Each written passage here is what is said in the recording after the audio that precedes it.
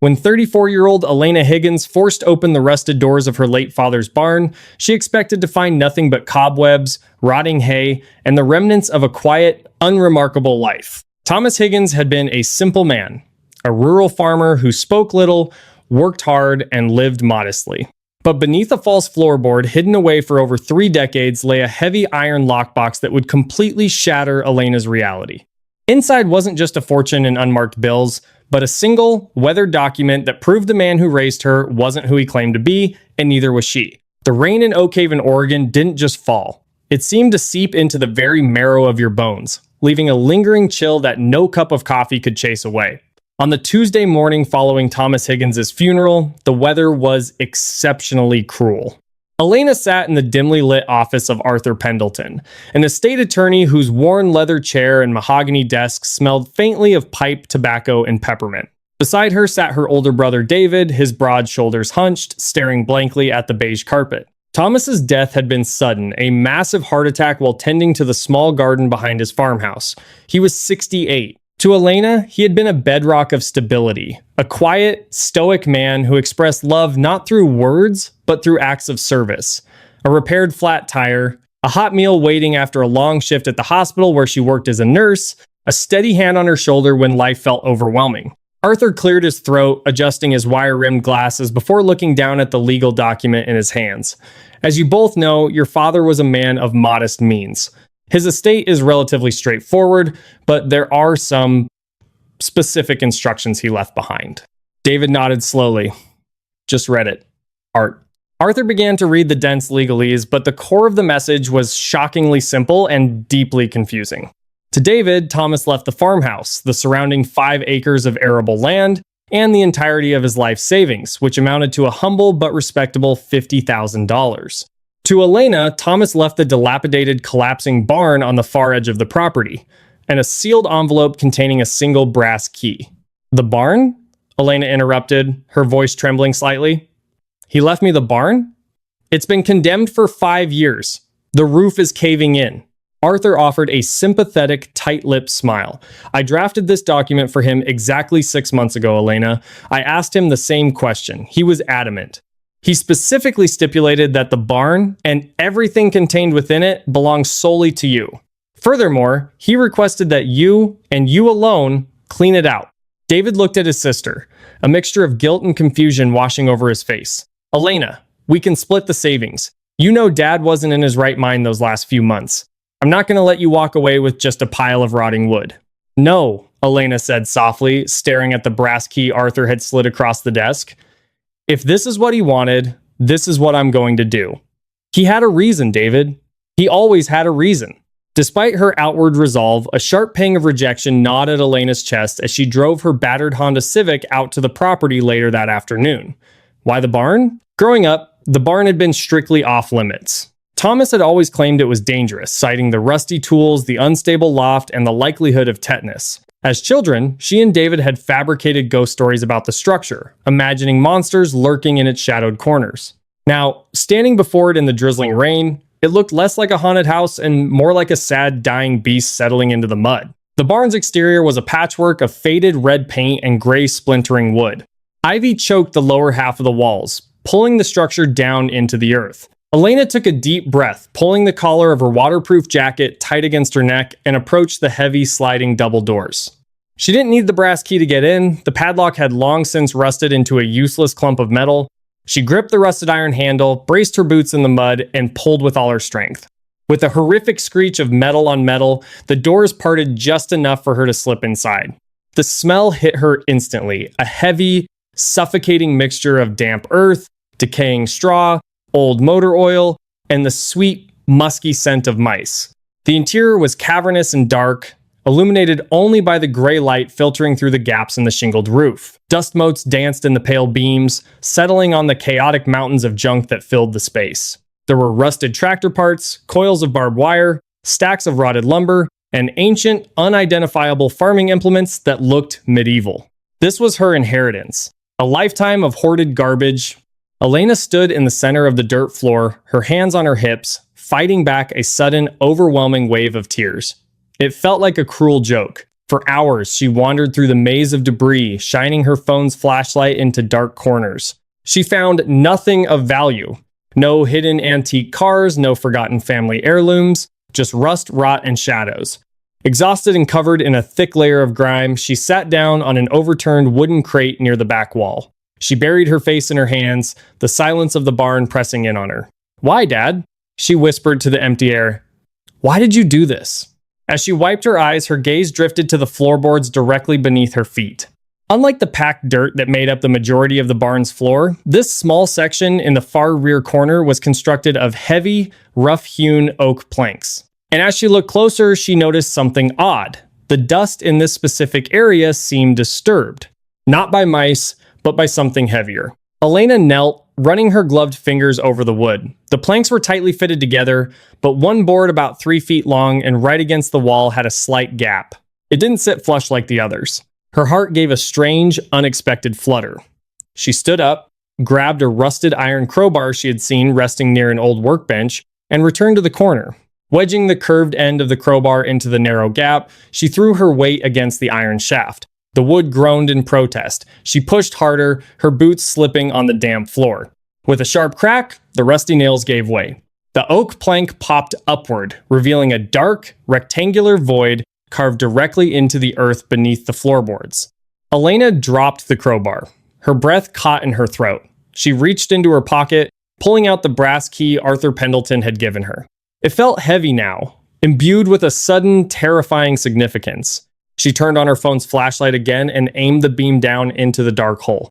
Resting at the bottom of the makeshift compartment, wrapped in layers of thick, protective plastic, was a heavy steel lockbox. Wrestling the lockbox out of the dirt cavity was no easy feat. It weighed easily 40 pounds, its smooth steel surface cold and unyielding. Elena dragged it up onto the remaining oak floorboards, her chest heaving with exertion. The box was military grade, painted a dull olive drab, with a heavy-duty brass padlock securing the front latch. She knelt beside it, her hands shaking so violently she could barely hold the brass key. "This is it," she thought. "This is why he left me the barn." She inserted the key into the padlock. It fit perfectly. With a soft, metallic click, the lock sprang open. Elena removed the padlock, unlatched the heavy metal clasps, and slowly pushed the lid open. The hinges were well oiled and completely silent. She had expected to find old photographs, perhaps some family heirlooms, or a hidden stash of cash Thomas had kept hidden from the banks. What she actually found made her head spin, completely upending everything she thought she knew about her father. The first thing resting on top was a thick stack of currency, neatly bound with rubber bands that had long since dried and snapped. Elena picked up the stack. They were $100 bills. But they weren't modern. They were crisp, uncirculated bills from the 1980s. She quickly counted the first stack $10,000. Beneath it were 4 more identical stacks. $50,000 in total, sitting in a barn, completely unaccounted for in her father's meticulously kept financial ledgers. But it was the items beneath the money that made her blood run cold. She pulled out a small black velvet box. Inside rested a man's wristwatch. Even with her limited knowledge of luxury goods, Elena recognized the iconic crown logo. It was in 1/8 karat gold Rolex day-date.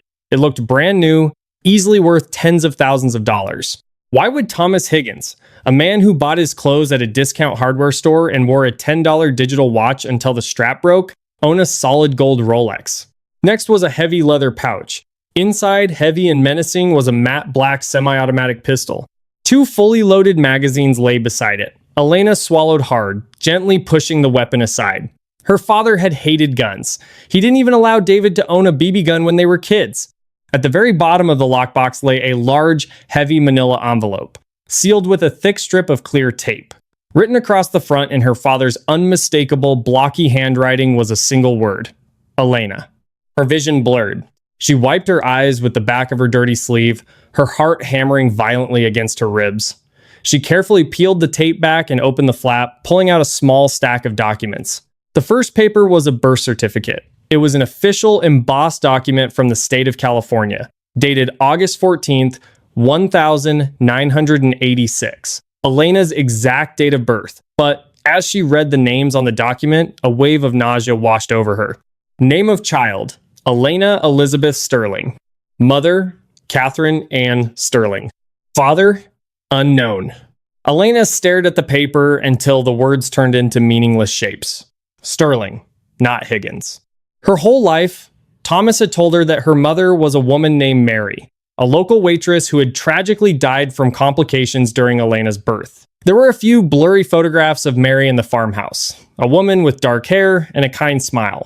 Thomas had always spoken of her with quiet reverence, but this document was official. It bore the state seal, and the mother listed wasn't Mary. It was Catherine Sterling. Frantically, Elena sifted through the rest of the envelope's contents. There were several newspaper clippings, yellowed and fragile with age. She unfolded the first one, a front-page article from the San Francisco Chronicle dated September 2nd, 1986.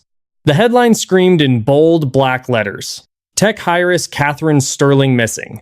Foul play suspected." Elena read the article, her eyes darting across the page. Catherine Sterling, the 24-year-old only daughter of billionaire industrialist Richard Sterling, had vanished from her Pacific Heights mansion in the dead of night. She had recently given birth to a daughter who was also missing. Police suspected a kidnapping for ransom, but no demands had ever been made. Blood was found in the hallway of the estate. The prime suspect was a private security contractor who had recently been hired to guard the estate, a man who had vanished on the exact same night. The article included a photograph of the missing security contractor. Elena brought the clipping closer to the flashlight's beam, her breath freezing in her lungs. The man in the grainy black and white photo was younger, harder, and lacked the gray hair and deep wrinkles she had always known. But the eyes were unmistakable. The set of the jaw, the broad shoulders, it was Thomas Higgins. Elena dropped the clipping as if it had caught fire. She scrambled backward, her boots scrambling in the dirt, putting distance between herself and the metal box. "No," she whispered into the empty, echoing barn. "No, no, no." Her father wasn't Thomas Higgins, the quiet farmer from Oak Haven, Oregon. He was a fugitive, a man accused of kidnapping a billionaire heiress and her newborn child. And Elena wasn't just a small-town nurse. She was Elena Elizabeth Sterling, the missing infant. She sat in the dirt, her mind fracturing into 1,000 jagged pieces. Every memory she had of her father teaching her to ride a bike, helping her with math homework, walking her down the aisle at her ill-fated wedding 5 years ago was now tainted with a dark, impenetrable shadow. Was he her savior? Or was he her captor? Did he murder Catherine Sterling? And what about David? David was 3 years older than her. Was he even her brother? Or was he another piece of the elaborate lie Thomas had constructed? Elena forced herself to stand. Her legs felt like lead. She walked back to the lockbox and looked inside the envelope again. There was one last item at the bottom. A small blue leather-bound journal. She picked it up. It was heavy, filled to the brim with handwritten pages. She opened the cover. The handwriting was neat, elegant, and entirely unfamiliar. It wasn't Thomas's blocky script. The first entry was dated July 10th, 1986, a month before Elena was born. "If anyone ever finds this, if my daughter ever reads this, you must know the truth. They are going to kill me. My father's partners have discovered what I know about the offshore accounts. They won't let me live, and they won't let my baby live. Thomas is the only one I can trust. He is a good man. He has agreed to get us out, to make us disappear. If you are reading this, my sweet Elena, it means I didn't make it. It means Thomas kept you safe." Tears streamed freely down Elena's face, cutting clean tracks through the dust and grime on her cheeks. Her mother, Catherine, Thomas hadn't kidnapped her. He had saved her. Elena didn't sleep that night. She sat at her kitchen table in her small apartment in town, the blue journal, the birth certificate, and the stacks of cash spread out before her like the pieces of a terrifying, unsolvable puzzle. Outside, the rain continued to beat against her window pane, a relentless drumming that mirrored the frantic beating of her heart. She read the journal from cover to cover. Catherine Sterling's words painted a picture of a gilded cage. Richard Sterling, Catherine's father, was a ruthless man involved in illegal weapons manufacturing and international money laundering. When Catherine accidentally uncovered a ledger proving his treasonous business dealings, her father's shadowy partners had decided she was a liability. Thomas, whose real name was apparently Thomas Miller, had been a former Marine working as personal security for Catherine. The journal detailed a quiet, desperate romance between the heiress and her bodyguard, a forbidden love that resulted in a pregnancy. "He is the father," Catherine had written on the final page, dated August 29th, 1986. "Thomas is your father, Elena. He didn't want this life, but he loves us enough to leave everything behind. We run tonight." If we are separated, trust him. He will protect you with his life. So, Thomas was her biological father. The relief that washed over Elena was profound, but it was quickly eclipsed by a deep, terrifying dread. The journal explained the escape plan. Thomas was supposed to fake their deaths in a car crash off the California coast, then slip away to a safe house in Oregon under assumed identities. But something had gone wrong. The blood in the hallway mentioned in the newspaper clipping. Catherine hadn't made it to the car. Thomas had fled with the baby, taking the emergency cash, the Rolex, and his service weapon, running into the night, forever looking over his shoulder. He had lived the next 34 years in total paranoia, hiding his brilliant, capable mind behind the persona of a slow, simple farmer. As dawn broke, casting a gray, sickly light over Oakhaven, Elena picked up her phone. She had to talk to David. She needed to know what he knew. David answered on the third ring, his voice groggy with sleep. Elena? It's 6 a.m. Are you okay? I need you to come to my apartment, Elena said, her voice hoarse, stripped of all emotion. Right now. What's wrong? Is it the barn? Did you fall through the floor? David, please, just come over. Don't tell anyone you're coming. 30 minutes later, David was standing in her kitchen, staring at the table. He looked at the cash, the gun, the Rolex, and the birth certificate. His face drained of color, his jaw slacking in absolute shock. What is this? He whispered, refusing to touch any of it. Elena, where did you get this? It was under the floorboards in the barn. Dad left it for me. Elena watched her brother's face closely, looking for any sign of recognition, any hint of deception. Did you know? Know what? David shouted, his voice cracking with panic. That our dad was a secret agent or something? That he was hoarding 50 grand in a condemned building? No, Elena. I thought he was just a sweet old man who liked tomatoes. Look at the birth certificate, David, Elena urged, pointing a trembling finger at the document. David picked it up, his eyes scanning the text. Catherine Sterling? Who is Catherine Sterling? Dad said Mom's name was Mary. He dropped the paper, backing away from the table. This is crazy. This is a fake. Dad was probably just, he had dementia. Elena, he was confused. He probably bought this junk at a flea market. You don't buy an embossed state birth certificate at a flea market, David. You don't buy $50,000 in unmarked 1980s currency at a flea market. And read the journal. David shook his head vehemently. No, I'm not playing this game. Dad was a farmer. Our mom died. That's the truth. This is just, it's a mistake. David, look at me. Elena stood up, grabbing her brother's shoulders. Look at my face. You're 3 years older than me. Do you remember my mom? Do you remember Mary? David blinked, his eyes darting wildly. I was 3. You don't remember things when you're 3. But you remember moving to the farm, right? You remember living somewhere else before Oakhaven? David swallowed hard, pulling away from her grip. I remember an apartment in a city. It was loud. Then we were in the truck, driving for a long time. It was dark. He looked at the gun on the table, a shudder rippling through his body. Elena, what if he hurt someone? What if he really was a kidnapper? He wasn't, Elena said firmly, tapping the blue journal. He was trying to save her. But they caught her, the people her father worked for. They killed my mother, David. The silence in the kitchen was deafening. The ticking of the wall clock sounded like hammer blows. Your mother, David finally whispered. If Catherine Sterling is your mother, who is mine? Elena froze. In her frantic search for her own identity, she hadn't considered David's. If Thomas and Catherine's romance began in 1985 and David was born in 1983, who was his mother? Was Mary real for him? Before she could voice the question, her cell phone buzzed violently on the table, vibrating against the stacks of cash. It was an unknown number. Elena hesitated, her eyes locked with David's.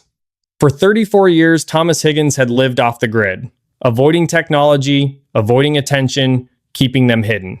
He had only died 3 days ago. And now, the morning after she opened the lockbox, an unknown number was calling. She reached out and tapped the speakerphone button. Hello?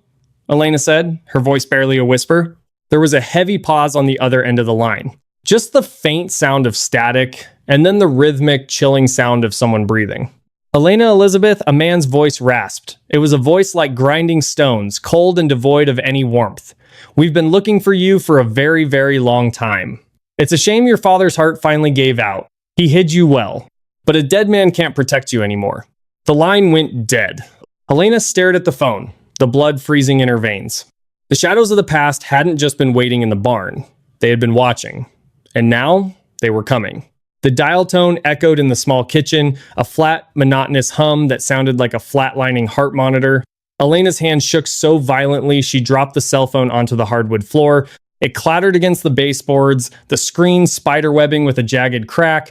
David stumbled backward, his shoulder slamming into the refrigerator. "Who was that?" he demanded, his voice pitching up into a raw panic. "Elena, who the hell was that?"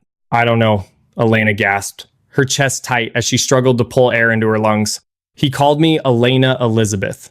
Only the birth certificate. Only my mother called me that. They know he's dead. They know Dad is dead." David ran his hands through his thinning hair, his eyes darting toward the apartment window. He rushed over and yanked the blinds shut, plunging the kitchen into a murky, rain-filtered gloom. "How do they know, Elena? We haven't told anyone outside of Oak Haven. The funeral was tiny." Elena forced herself to think past the paralyzing fear. She was a triage nurse. She dealt with life-or-death crises on a daily basis. She closed her eyes, compartmentalizing the terror. Think. How do you track a ghost? "The obituary," Elena whispered, her eyes snapping open. "Arthur Pendleton, the estate lawyer. He insisted on running a standard obituary in the regional papers. Portland, Seattle, and..." She swallowed a lump of pure dread. "San Francisco." He said Dad had mentioned spending time in the Bay Area in his youth. It was just supposed to be a formality to clear any potential debts. But Dad's last name was Higgins, David argued, pacing the narrow kitchen. Why would a San Francisco syndicate care about a Thomas Higgins dying in Oregon? Elena looked down at the table, her eyes falling on the black velvet box containing the gold Rolex. She picked it up, running her thumb over the smooth, heavy metal of the watch face. She turned it over. Engraved on the back of the casing, worn but still legible, were three initials. T.R.M. Thomas Richard Miller, Elena read aloud, remembering the true name mentioned in her mother's journal. She grabbed the obituary clipping Arthur had given her for her records. Look at what Arthur wrote. "Thomas R. Higgins, formerly of San Francisco, passed away. Survived by his daughter Elena and son David." She dropped the paper as if it were radioactive. They didn't need his real last name.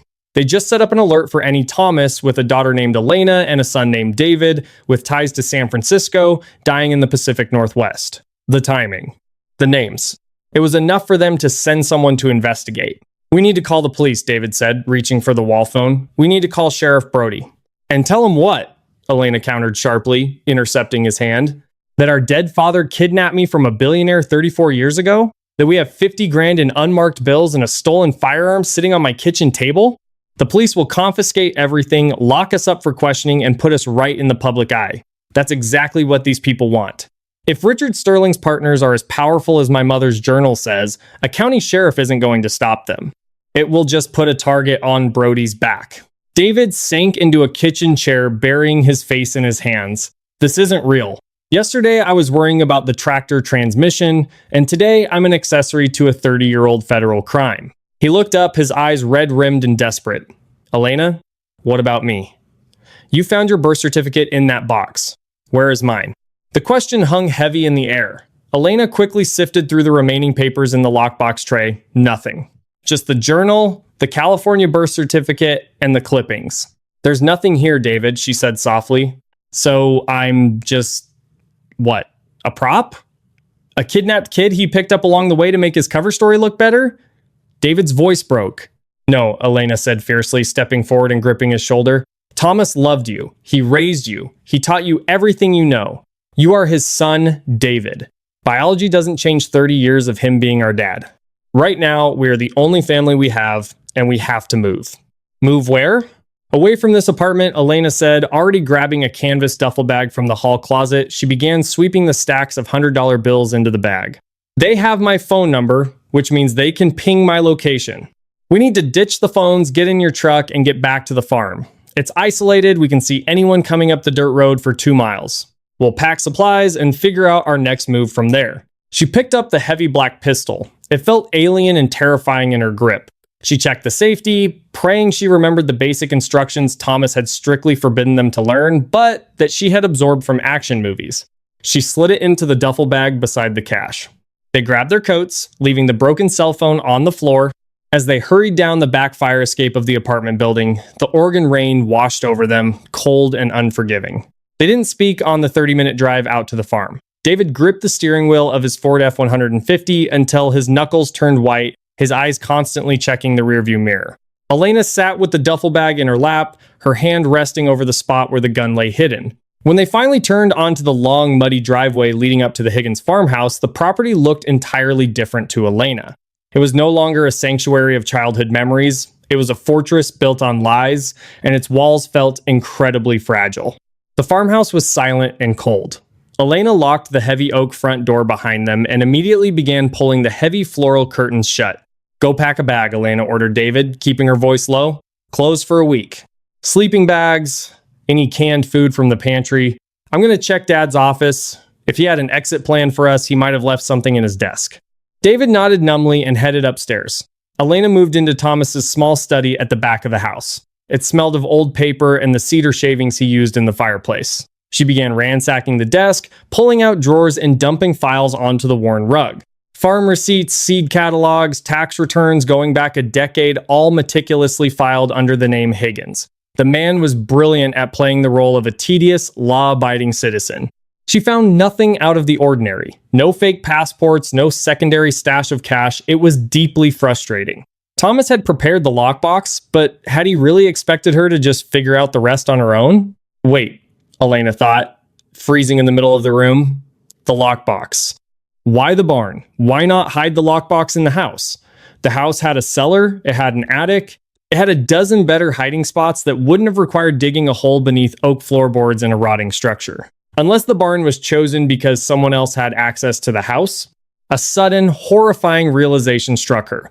During the last few months of Thomas's life, when his health was failing, he had hired a local woman to help clean the house.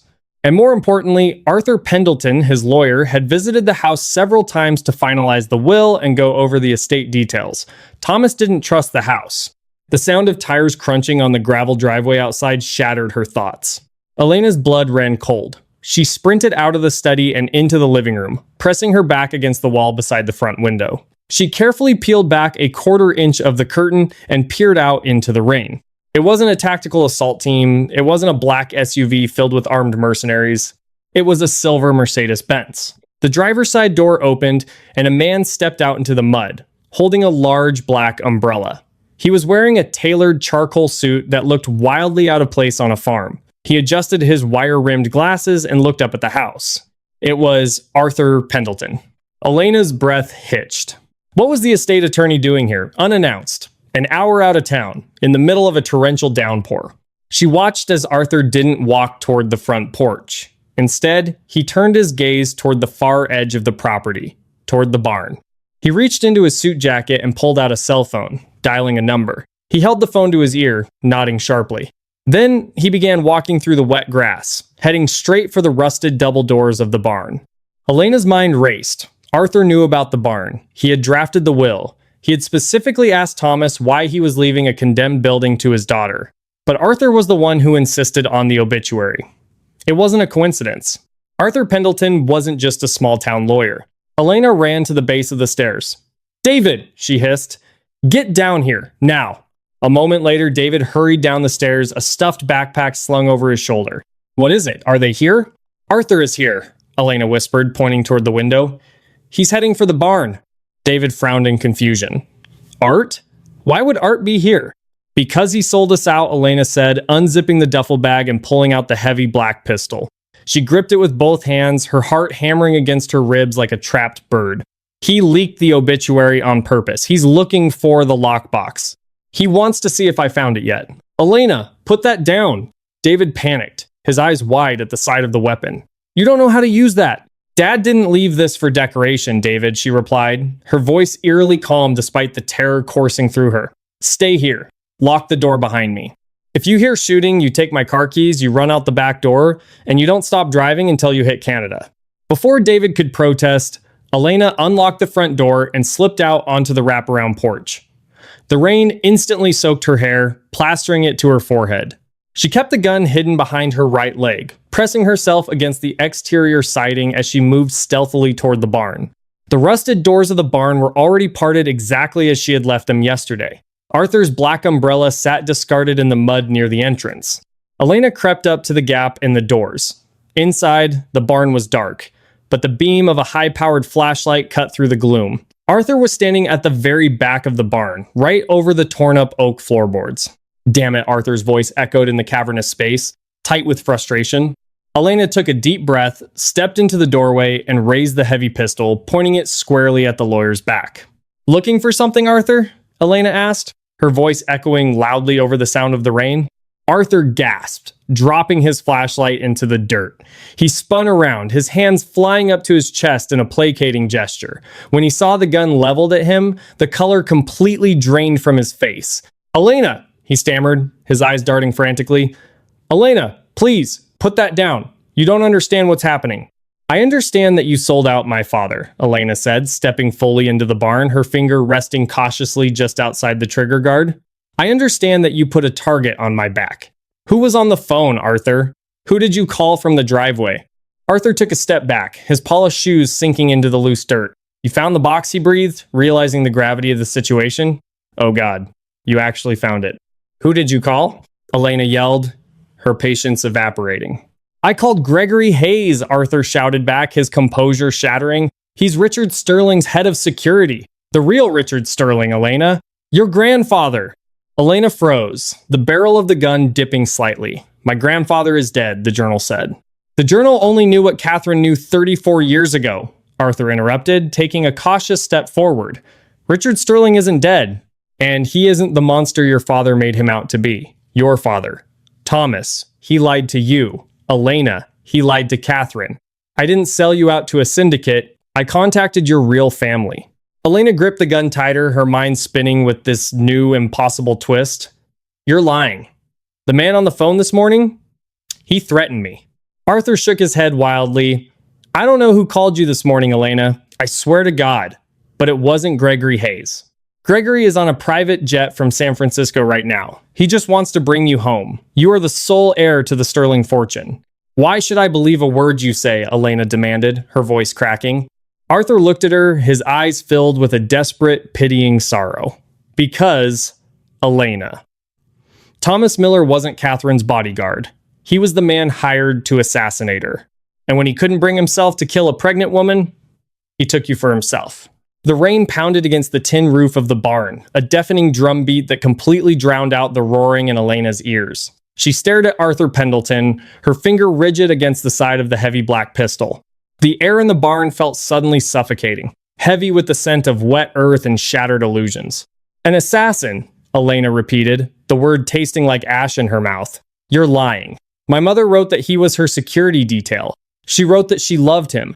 And she did," Arthur pleaded. Wiping a mixture of rain and cold sweat from his forehead, Catherine believed the lie Thomas fed her. Richard Sterling didn't hire Thomas Miller. The syndicate, the illegal arms dealers your grandfather was trying to whistleblow on, they hired him.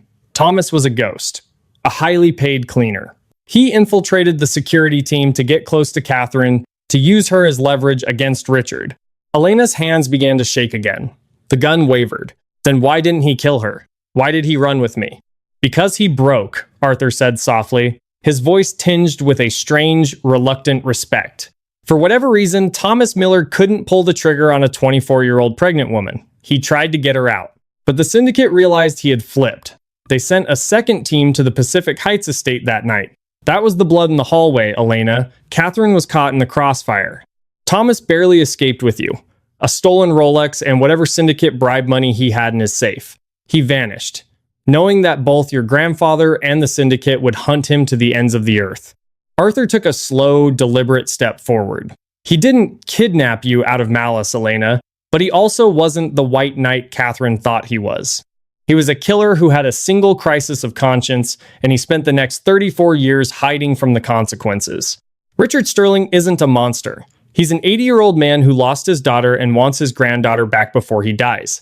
Elena lowered the weapon slightly, the heavy steel pulling her arms down. The jigsaw puzzle of her life was violently rearranging itself. Thomas's paranoia, the lack of photographs, the cash, the absolute isolation, it all fit perfectly into Arthur's horrific narrative. The phone call, Elena whispered, her eyes widening as a new, paralyzing realization struck her. Arthur, if my grandfather's head of security is flying here to help me, who called my cell phone this morning? Who said a dead man can't protect you anymore? Arthur's face drained of what little color it had left. You got a call? On your personal cell? Yes, right after I found the box. Oh, God. Arthur breathed, his eyes darting toward the open barn doors. The obituary. The alert wasn't just triggered by Richard's investigators. The syndicate. They still have algorithms monitoring the wire. They wouldn't send lawyers, Elena. They would send the sharp, concussive crack of a high-powered rifle echoed across the valley, instantly silencing the lawyer. Wood splintered violently just inches from Elena's head, showering her face with sharp, biting debris. She screamed, dropping to the dirt floor instinctively, her medical training eclipsed by pure, primal terror. Down! Arthur shrieked, throwing himself behind a rusted tractor axle. More gunshots erupted, a relentless, terrifying barrage that tore through the fragile, rotted walls of the barn. Beams of pale light pierced the gloom as bullets punched holes through the siding. Over the roar of the rain, Elena heard the distinct, heavy crunch of multiple vehicle tires tearing up the muddy driveway. Not a silver Mercedes. Heavy, armored SUVs. Elena! David's voice screamed from the direction of the farmhouse. David, stay in the house! Elena roared back, scrambling on her hands and knees behind a stack of cordwood. She clutched the black pistol to her chest. She had never fired a gun in her life, but as the wood around her disintegrated under the hail of bullets, Thomas Higgins's voice, firm, calm, and terrifyingly cold, echoed from a long-forgotten memory in her childhood. If you are ever cornered, Elena Bear, you don't freeze.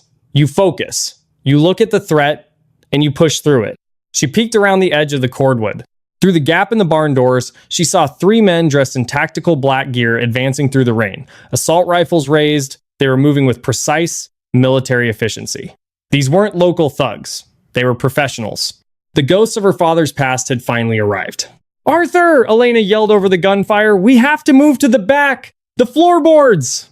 Arthur was curled into a ball behind the tractor parts, hyperventilating. We're trapped! They're going to kill us!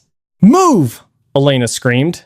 She raised the heavy pistol, clicked off the safety just as she had seen in the movies, and leveled it at the barn doors. She didn't aim at a specific man, she just pulled the trigger. The recoil was massive, a violent kick that threw her arms upward, but the deafening boom of the .45 caliber hand cannon had the desired effect. The advancing men scrambled for cover behind Arthur's Mercedes, shouting to one another in the downpour.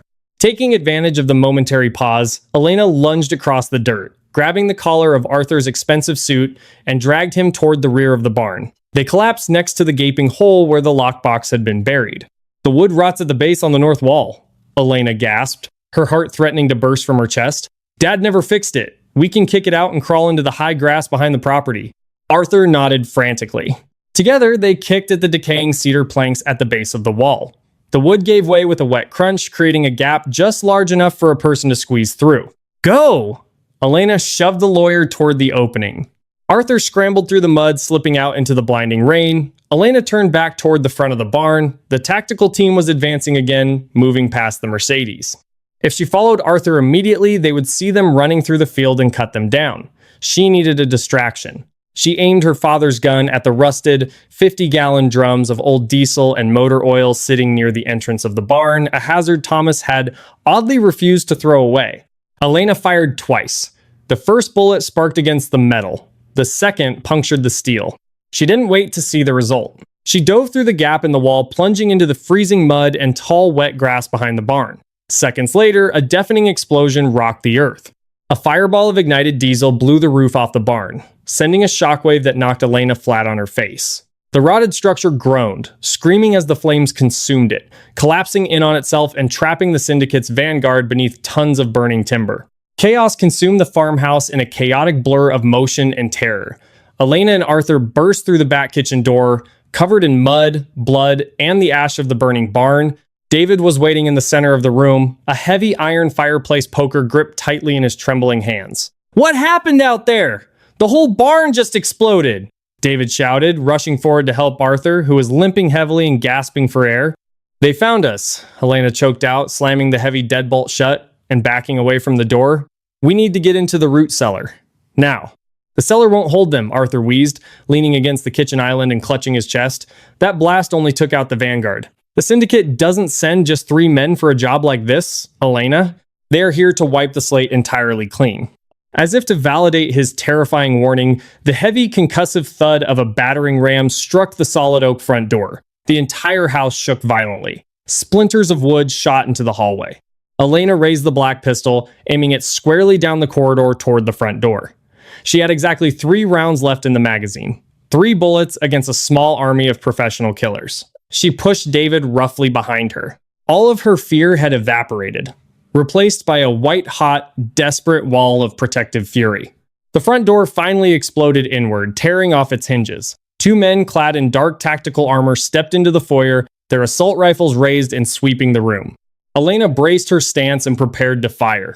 Suddenly, a massive, deafening roar descended upon the farmhouse, vibrating the floorboards beneath their feet. It wasn't thunder. It was the rhythmic, chopping beat of a heavy twin-engine helicopter swooping incredibly low over the roof. Before the syndicate men in the foyer could even register the sound, the front windows of the farmhouse shattered inward. High-caliber sniper fire rained down from the sky with impossible precision. The 2 attackers dropped to the floor, incapacitated instantly. Outside, the roar of engines grew louder. Through the broken windows, Elena watched as 3 armored tactical vans tore into the muddy driveway, violently smashing the remaining syndicate SUVs into the drainage ditch. Dozens of heavily armed operators poured out, completely overwhelming the attackers in a matter of brutal, efficient seconds. The firefight was deafening, but it was over almost immediately. Heavy footsteps crunched on the broken glass in the foyer. A tall man wearing a tailored trench coat stepped into the house. He had silver hair, piercing gray eyes, and an aura of absolute authority. "Elena Sterling?" the man asked, his voice calm and cultured. Arthur let out a shuddering breath of relief. "Gregory, you took your sweet time." Gregory Hayes stepped over the debris, looking at Elena. "Your grandfather sends his deepest apologies for the intrusion, Miss Sterling. He requested I bring you home." Elena slowly lowered the gun. "My brother comes with me," she rasped, entirely unyielding. "Or, I don't go." Gregory gave a brief nod. Of course. 72 hours later, the rain of Oregon was replaced by the crisp air of the San Francisco Bay. Elena and David stood in the sprawling, glass-walled office of Sterling Industries. Behind a massive oak desk sat Richard Sterling. Confined to a wheelchair with an oxygen tube resting beneath his nose, he looked nothing like the ruthless crime lord her mother's journal had described. "You have her eyes," Richard said, his voice a raspy whisper. "Catherine's eyes?" Elena sat perfectly straight. "And I have my father's aim, apparently." A faint, sad smile touched Richard's lips. "Thomas Miller, the man who was supposed to ruin me. In the end, he was the only one who showed my daughter any mercy. The syndicate has been dismantled, Elena. I spent 30 years rooting them out to ensure that when I finally found you, you would be safe." He slid a thick manila folder across the desk. "The company, the estate, it is all yours. But I also promised Gregory I would look into the other matter." David tensed beside her. "We ran the DNA," Richard said softly, looking at David. "You are not a kidnapped child, David. You are Thomas Miller's biological son. Your mother died of leukemia when you were 2. Thomas took the hitman job for the syndicate because he needed the money to pay off her medical debts. He did terrible things to secure a future for you." David let out a choked sob, burying his face in his hands. He wasn't a prop. Thomas had done the unthinkable for his son, and when he couldn't stomach killing Catherine, he had rescued Elena, fusing 2 broken tragedies into a real loving family. Elena grasped David's hand tightly. She was a survivor, forged by the sins and sacrifices of the people who loved her. "I'll take the company, Richard," Elena said, "on one condition. We keep the farmhouse in Oak Haven, and we bury Thomas Miller there. Not as an assassin, but as our father." Richard Sterling looked at the fierce determination in his granddaughter's eyes. "Agreed," he whispered. The past was finally buried, and for the first time in 34 years, Elena could see the sun breaking through the clouds. Wow, what an incredible journey. The story of Elena and David proves that the deepest secrets can sometimes lead to our greatest truths, and that family isn't always defined by perfection, but by the sacrifices we make for one another.